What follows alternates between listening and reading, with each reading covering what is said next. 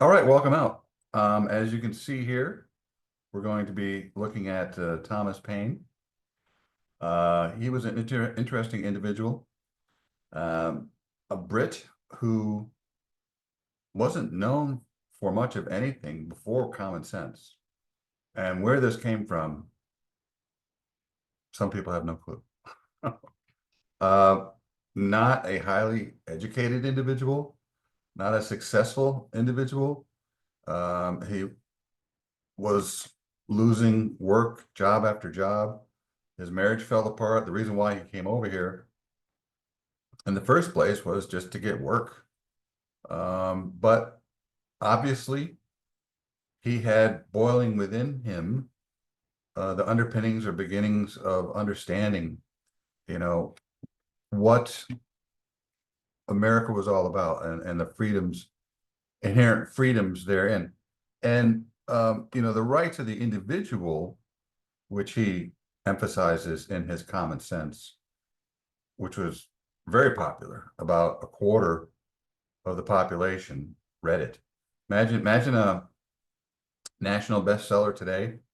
A quarter of the population buying and reading a book. That would be crazy. What's that, like about 60 million people, 70 million people? But anyways, so back in the day, the idea, we all know of John Locke, and his idea of right to life, liberty, and property, which was modified by Jefferson and the gang to right to life, liberty, and pursuit of happiness. But you can go back as far as 1215 and the Magna Carta, which was a statement to the king, King John, by the barons, that the king did not have, was not above the law, right? That the king could not just inflict unusual punishment and restrictions and pain upon individuals, right? So so this idea, and of course that led to war because the king is not going to tolerate that. So, but it had to start somewhere. And so we go back to the 13th century, 1215, and the 13th century. Then after that came the English Bill of Rights in 1689, which was another emphasis of the rights of the individual. Then there was the French Declaration of the Rights of Man and Citizens in 1789. And then, of course, the Declaration of Independence in 1776. So this idea of the individual and individual rights, and the individual is sovereign, right? Even the king is not above being, or I should say, is not above, or is not able to inflict heinous crimes upon the individual, right? So we know the date, July 4th, right? 1776. So this is Thomas Paine, January 10, 1776, rallying, influencing, and motivating. Okay. Thing to keep in mind is that there was no internet. There were newspapers. That was about it. Could get the message out, but how much of the message could you get out in the newspapers, especially when those papers are being controlled somewhat or to some degree by the King George III, right? So there was really, other than maybe by word of mouth, uh, package carriers, uh, you know, individuals on mounted horses trying to get the message out. It was difficult to do so. So this was, and a lot of people didn't understand, and even today people don't understand that at the time there were three groups. There were those who wanted independence and opposed the British Crown. There were those who wanted to remain loyal to the British Crown, probably out of fear for their lives more than anything else. And then there were the fence sitters. They just didn't know. So this common sense and other leaders, and you'll see some quotes in there, other leaders felt this was a major galvanizing force to bring the colonists together under one banner, if you will, right? So there he is. He was born 1737 in Great Britain, self-taught, as I said. He didn't go to university. He was not very highly educated, outside of maybe reading books for himself. Didn't come from royalty. Grew up impoverished, as many people did back in those days. And then came to America in 1774, right? And he was obviously involved for those few years there. He was involved in American political life and really getting the idea of independence, individual rights off the ground, right? I offer nothing more than simple facts, plain arguments, and common sense. So there it is, right? And I think it was because of the fact that he was of the people, right? And he was speaking their language to the people, right?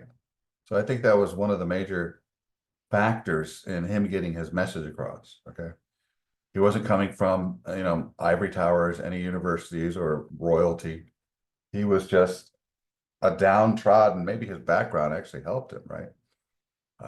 Marriage fell apart, couldn't get jobs or keep a job, lost job after job, and finally just came to America to see if it would change his fortune.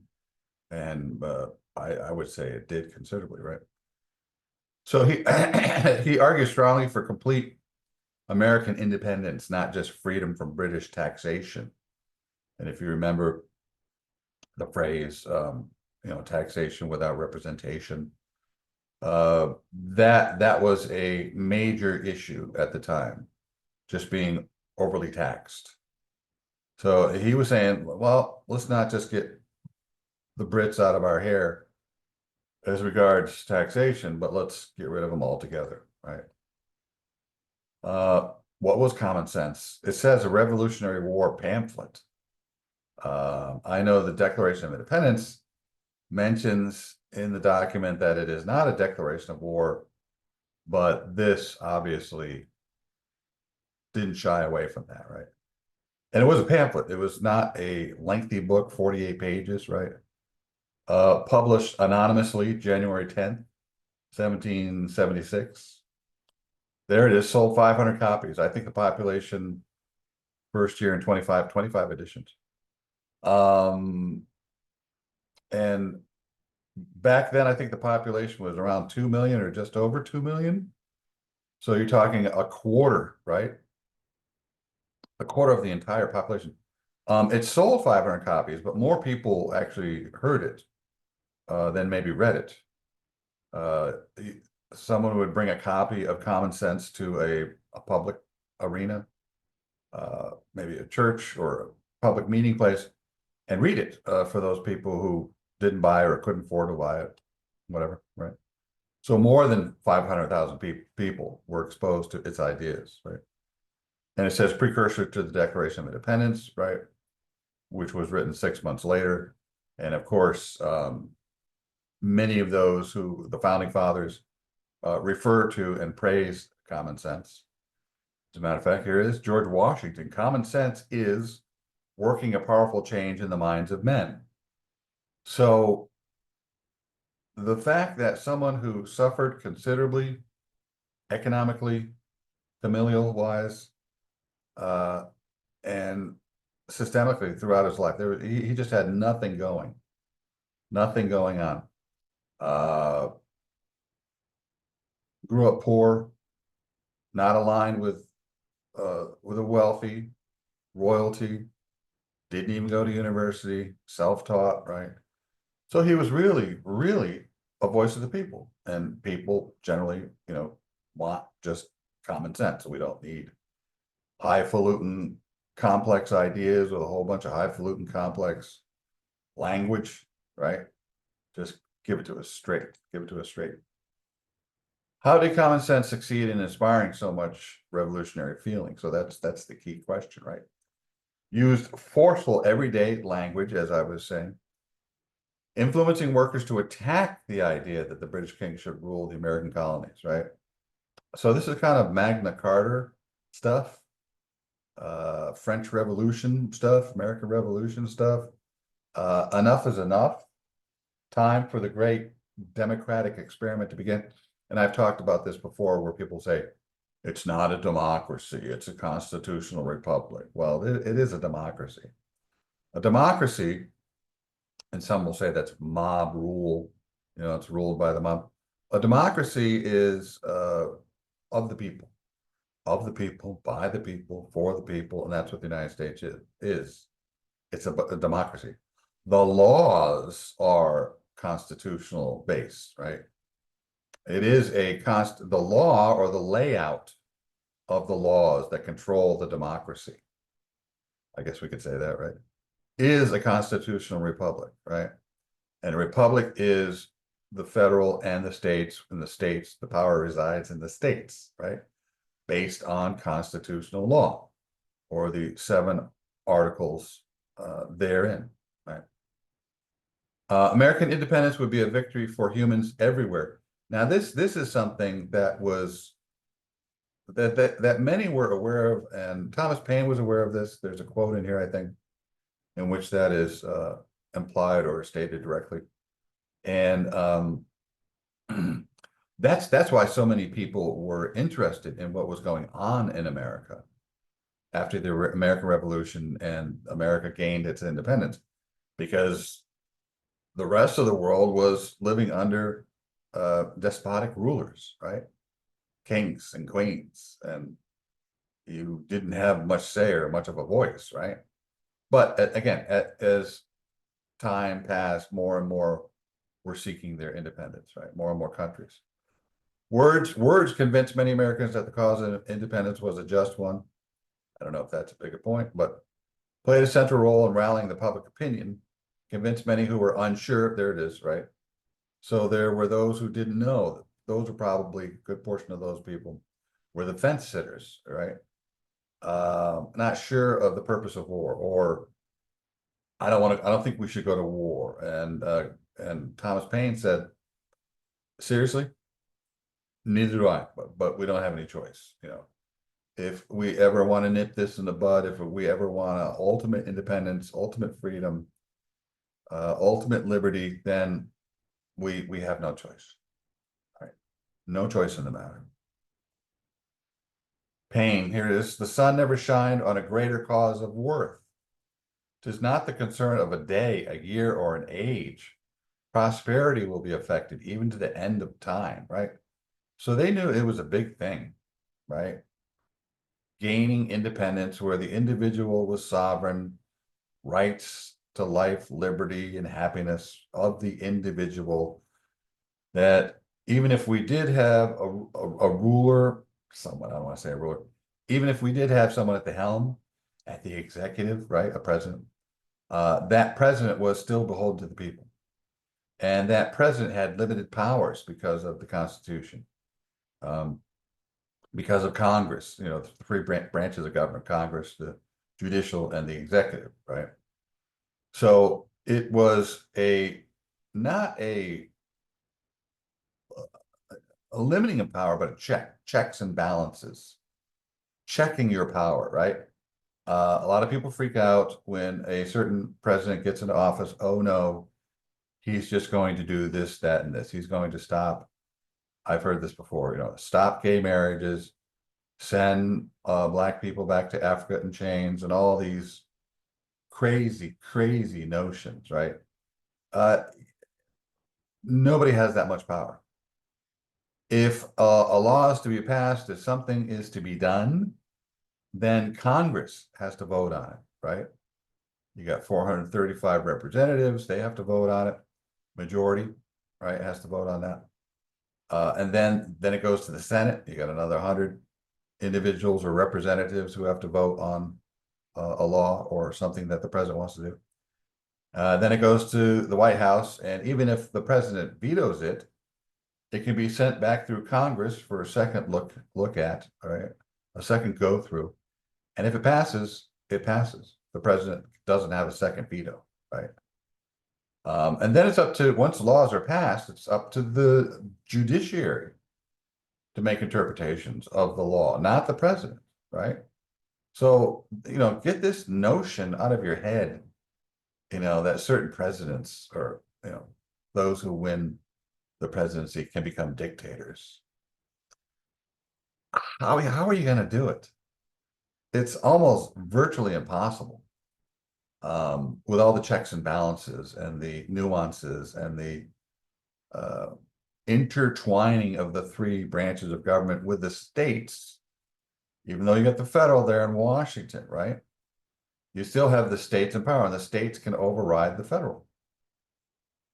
So relax, right? Take it easy. I would worry way more about other dictators or uh, those who want to dictate in other countries, not the United States. There's something very absurd in supposing a continent to be perpetually governed by an island.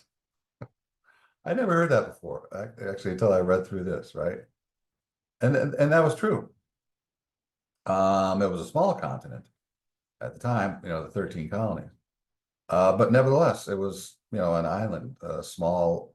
If you're talking just geographic surface area, uh, you know, Britain, much smaller than the 13 colonies, and eventually, of course, much smaller became smaller and smaller, I guess you could say, as the country grew.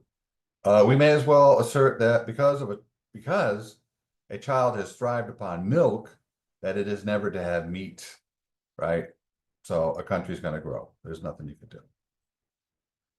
So pain's pain. It was absurd for an island ruled the continent. Saw that America was not a British nation, right? It was not. It was colonized, right? It was a colony. I don't know if people don't realize that, don't think about that, overlook that, right? It was a colony. It wasn't a British nation. Britain, the mother country, should take better care of its child. It wasn't a very nice mother, was it, to its child? Being a part of Britain would drag America into unnecessary European wars. There you go. So if the United States was aligned with Britain, and maybe even if it became a part of Britain, I don't know how that would work, but even as a colony, King George III could say, "Hey, I'm going to consign a whole bunch of Americans to fight our wars," because Britain ruled behind the barrel of a gun for 300 years, right? And what was it? In Asia Minor, in Africa, and of course, the United States, right? Much of the world had been colonized by the British. The distance is actually the thing that helped America win the war, right? The Brits having to continuously, ship supplies and soldiers and so forth, between Britain and the United States, and that was not just a couple days or a couple weeks worth of a trip, right? Very time consuming, very resource consuming. So after a while, that's why King George III just said, take your damn country. Right? It's not that, I mean, the Americans didn't win the majority of battles. The British did, but with the Minutemen and attacks in the woods at night, and doing kind of like guerrilla warfare. The warfare at that time was pretty much, and it's really it's kind of crazy when you think about it. You get both armies out in a field, broad daylight, just line them up one here, line them up over here, and just start shooting at each other. That's crazy.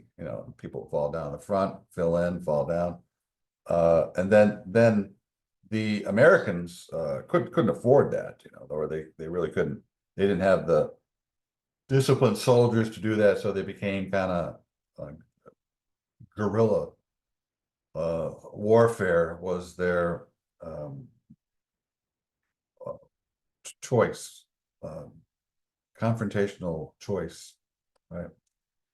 Puritans believed that God wanted to give them a safe haven from the persecution of British rule. So it's in Providence, you know. Britain ruled the colonies for its own benefit. It would not let the colonies have a say. So these points are pretty obvious and straightforward, right? Common sense succeeds. Crucial in turning American opinion against Britain, it was one of the key factors in the colonies' decision to engage in a battle for complete independence, right? So that was it. Continental Congress in 1774, not all convinced that complete independence was desirable. Without the pen of the author of Common Sense, the sword of Washington would not have been raised in vain. I'm sorry, would have been raised in vain, right? So,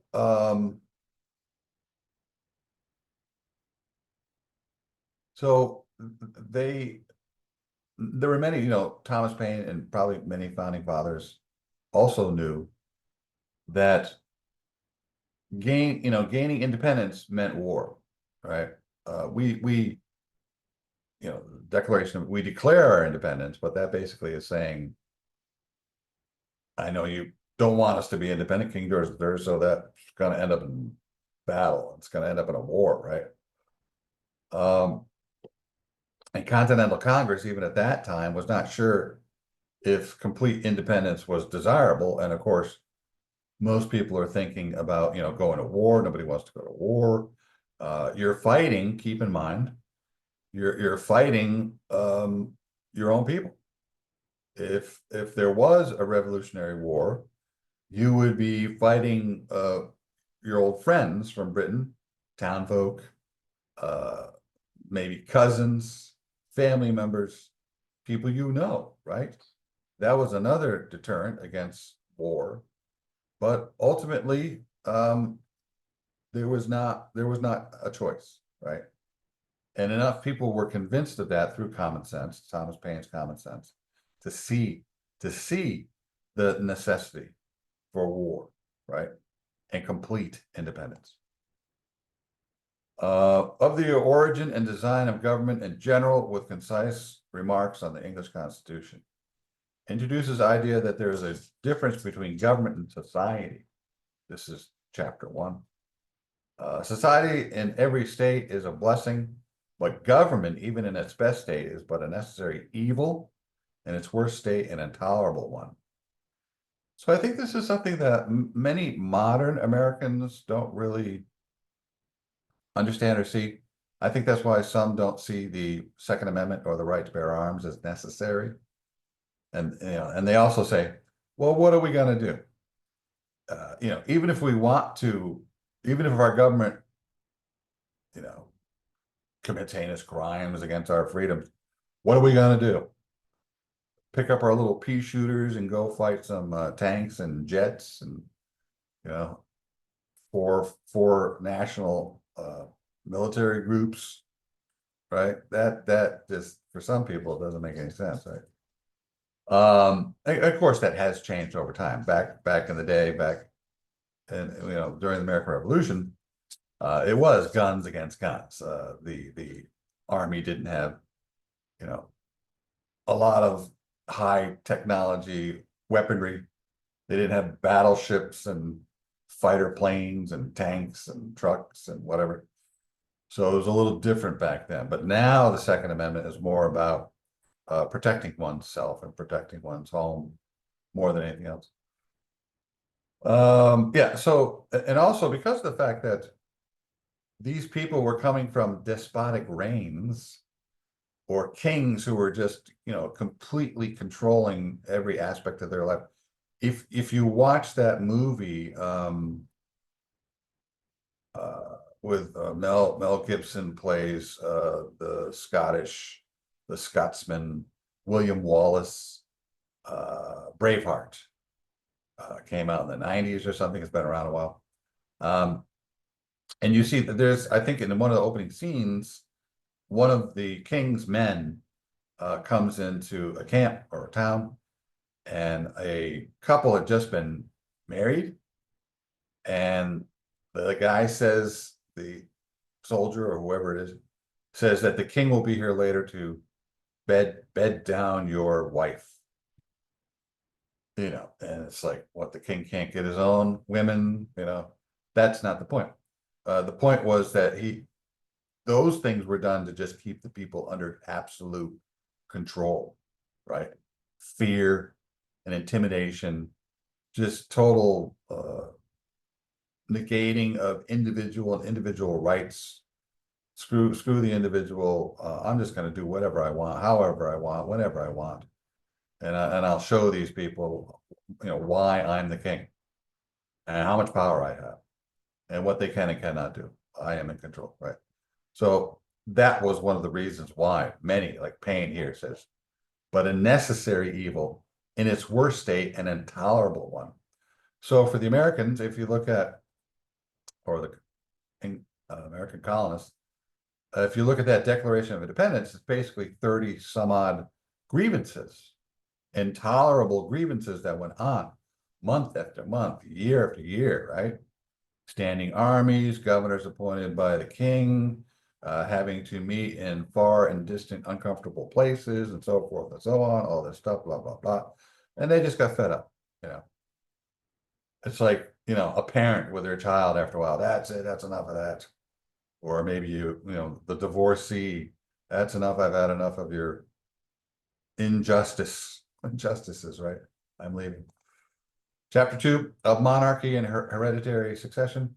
Payne argues that all men are born equal. There you go, right? And that is mentioned in Declaration of Independence, that all are born equal under their creator, right? Born equal, and there should be no distinction between kings and subjects. And that was in the Magna Carta back in 1215, right? Where the barons were basically saying to the king, come on, the king is not above the law. The king cannot just commit heinous crimes however he wants to, right? In England, a king hath little more to do than to make a war and give away places. A pretty business indeed for a man to be allowed 800,000 sterling a year for, and worshipped into the bargain. Of more worth is one honest man to society and in the sight of God than all the crown ruffians that ever lived. That's a nice little quote. So not Ivy League educated, not college educated, but that's some nice writing right there, right? He definitely through self-education taught himself how to write, how to communicate. Thoughts on the present state of American affairs, examines hostilities between American colonies and Britain, argues for independence. Continental Charter should come from some intermediate body between Congress and the people. We must ensure freedom and property, there it is, right? The right to life, liberty, and property to all men, and that would eventually mean all people, men and women, and the free exercise of religion.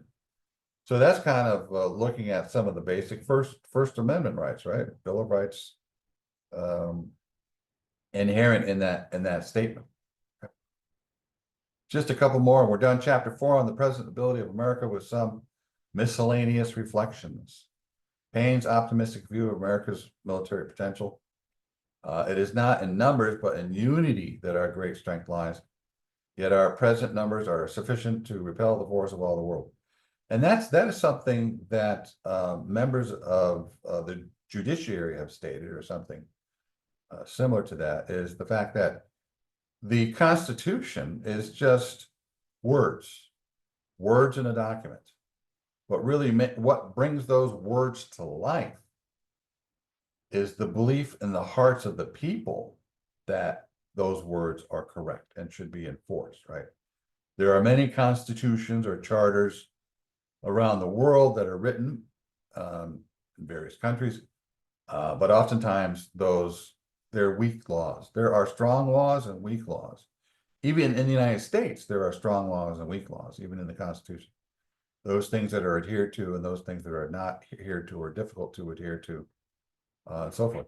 So just because it's a law, even just because it's a constitutional law, doesn't mean that people are always following the law, right? Constitutional law, if you pay attention and listen on a semi-regular basis, what's going on in this country at the constitutional level, state laws and federal laws, and you'll see that some at various times, at various points, those laws are broken. And I'm amazed, I just don't know why, I read about these laws being broken, the constitutional laws being broken. Like for instance, during the 2020 election, there were certain states back east that just added new laws to the books and didn't go through the legislature. It's like, well, if you know about that, why was that allowed to happen? Or why wasn't there somebody was found responsible for that and arrested or put away or penalized or whatever, persecuted, right? So don't be so naive to think that just because there's a law on the books, that those laws are always obeyed, okay? Even constitutional law, keep that in mind. Conclusion, Thomas Paine created written revolution, common sense forever renowned as instruction, motivational revolutionary. He indeed created a feeling of revolution. So it was greatly as Washington and Adams and Jefferson and many other founding fathers had mentioned, that it was Thomas Paine's common sense that really galvanized the minds of the people towards independence, complete and full independence as an independent country or state entity, separate from Britain. To say that any people are not fit for freedom is to make poverty their choice, and to say they had rather been loaded with taxes than not. So educated, formally educated or not, I mean, Paine obviously knew what he was talking about, right? Success again, December 1770, New Jersey. To reap the blessings of freedom, we must undergo the fatigue to support it. These are the times that try men's souls. You've probably heard this, right? The summer soldier and the sunshine patriot will, in this crisis, shrink from the service of their country. But he that stands it now deserves the love and thanks of man and woman. Tyranny like hell is not easily conquered. Great. If I suggest that you take some time and read Common Sense. It's it's a short pamphlet. It's not that long. Won't get you that involved. Tyranny like hell is not easily conquered, yet we have this consolation with us, that the harder the conflict, the more glorious the triumph. And there it is. Thanks for coming out.